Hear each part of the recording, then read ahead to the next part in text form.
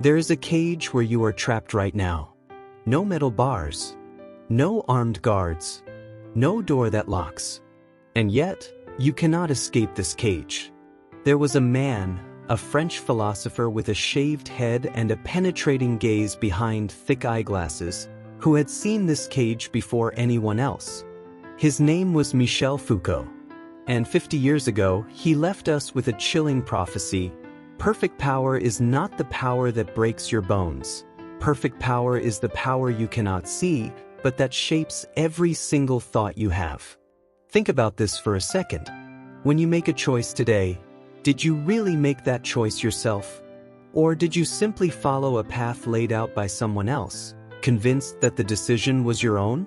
Foucault did not analyze kings, presidents, or armies. Explicit power did not interest him, the kind that comes with a crown or a uniform.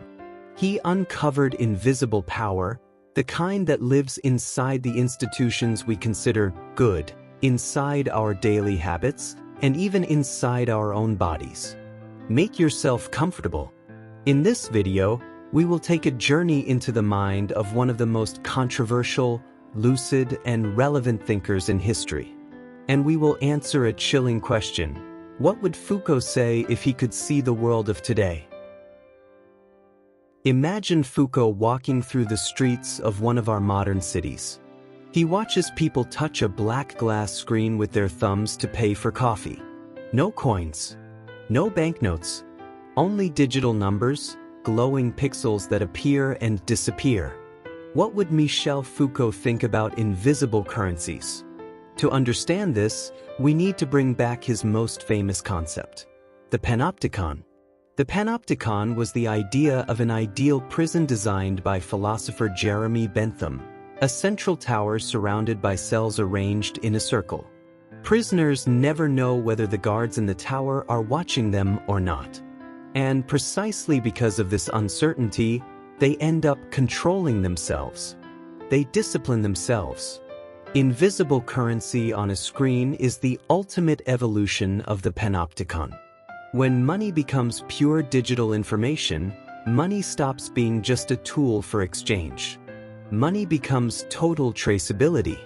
Every time you touch a screen to transfer money, buy a book, or pay for a subscription, you leave a trace.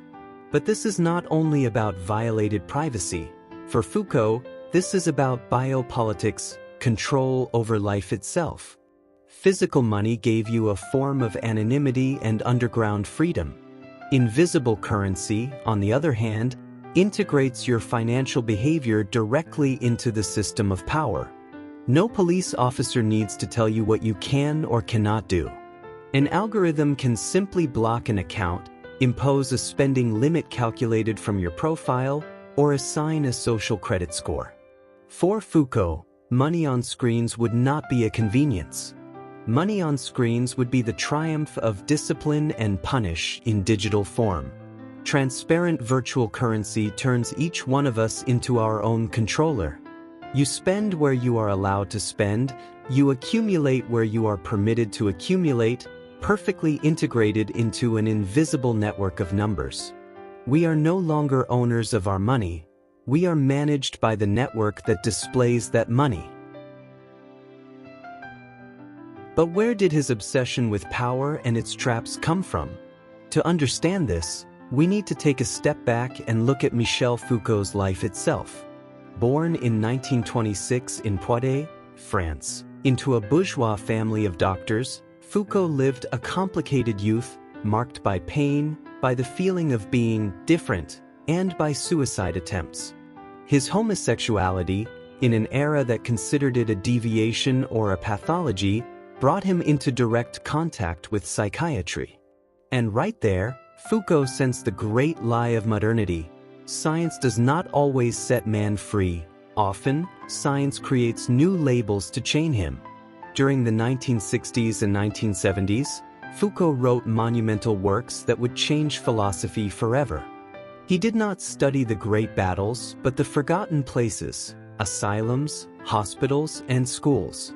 In his work Madness and Civilization, Foucault demonstrates how modern society invented madness to define what Normality. Thus, once, mad people lived integrated within the community or were left free to wander. With the arrival of the Enlightenment and industrial society, anyone who was not productive or rational had to be isolated. The asylum was not created to heal, but to segregate whatever disturbed the order. Medicine became a form of power disguised as benevolence. In The Birth of the Clinic, Foucault analyzes the modern hospital. Here, the human body stops being a person with a history and becomes an object of study.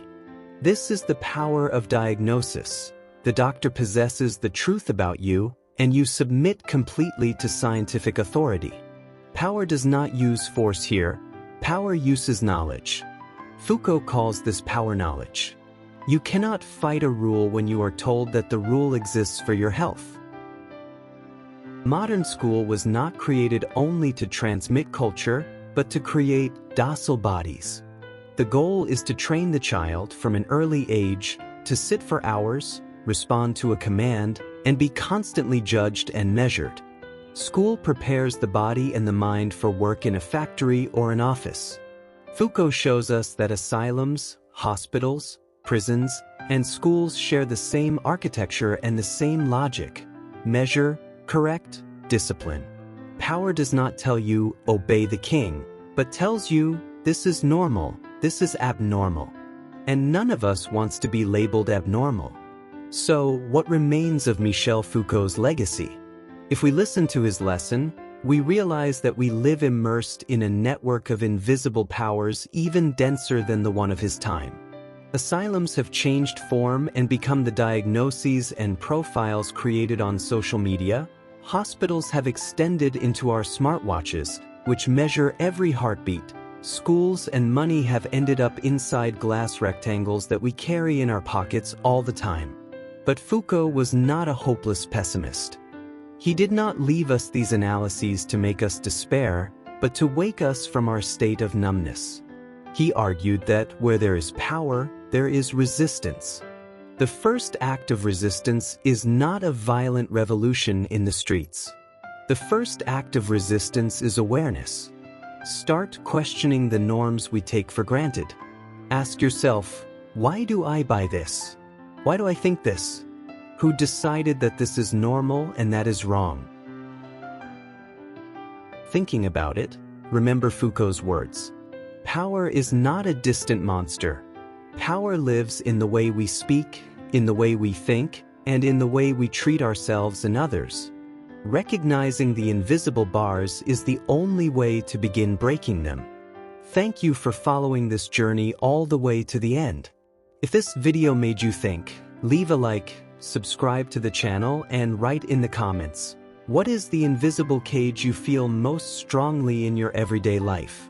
See you in the next video.